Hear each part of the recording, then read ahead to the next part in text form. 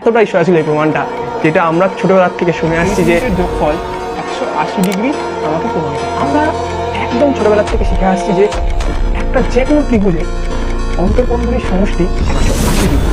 তো সেটা কি করে দেখে নেওয়া যাক। এখানে একটা ত্রিভুজ দেওয়া আছে এবিসি, যে কোনো একটা ত্রিভুজ। এই ত্রিভুজের আমাকে দেখাতে হবে কোণ এ বি সি, এই ভেতরকার যে কোণগুলো আছে সেই কোণগুলোর সমষ্টি 180 ডিগ্রি। আমরা যে বিসি বাহুটি আছে, এই বাহুটির একটি সমান্তরাল সরলরেখা এখানে অঙ্কন করে ফেলেছি ডিই।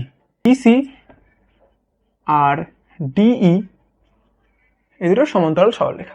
তাহলে এখানে হিসেব মতো বলছে যে এই কোণটা আর এই কোণটা, অর্থাৎ ডি এ বি আর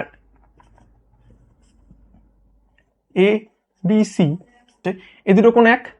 ঠিক একইভাবে কোণ E A C equals to কোণ এ সি বি। এই দুটো কোণই কি? এই দুটো কোণ হচ্ছে একান্তর কোণ।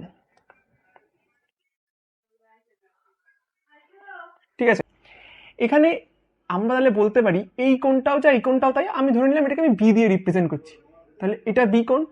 এটাকে আমরা সি দিয়ে রিপ্রেজেন্ট করছি, তাহলে এটা সি কোণ। খুব ভালো কথা, আমি একটুখানি ওপরে এটা লিখে দিলাম। তাহলে এই হিসেব মতো এটা সি, এটা বি, তাহলে এর ভেতরকার যে কোণটা ছিল ওটা এ, আগেও আমরা দেখে এসেছি এটা এ কোণ। খুব ভালো কথা। তাহলে আমরা সকলেই জানি যে একটা সরল রেখার ওপরে যে তিনটে কোণ থাকে সেই তিনটে কোণের সমষ্টি বা যে কোনো যতগুলো কোণ থাকে সেটা সবসময় 180 ডিগ্রি হয়। একটা সরল রেখা আমি টেকে বোঝাই তাহলে ভালো বুঝতে পারবেন। এই যে সরল রেখাটা, এইটা 180 ডিগ্রি।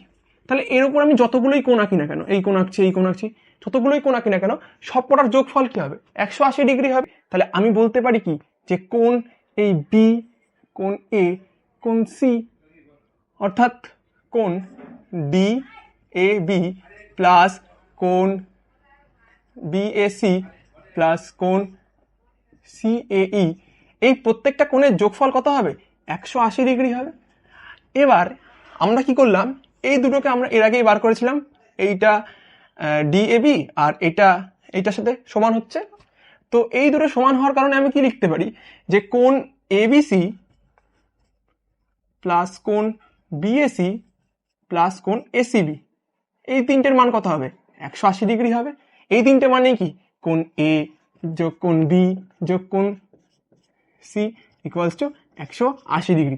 ঠিক এতটাই সরাসরি এই প্রমাণটা, যেটা আমরা ছোটবেলার থেকে শুনে আসছি যে কোনো ত্রিভুজের তিনটে কোণের সমষ্টি সবসময় 180 ডিগ্রি হয়।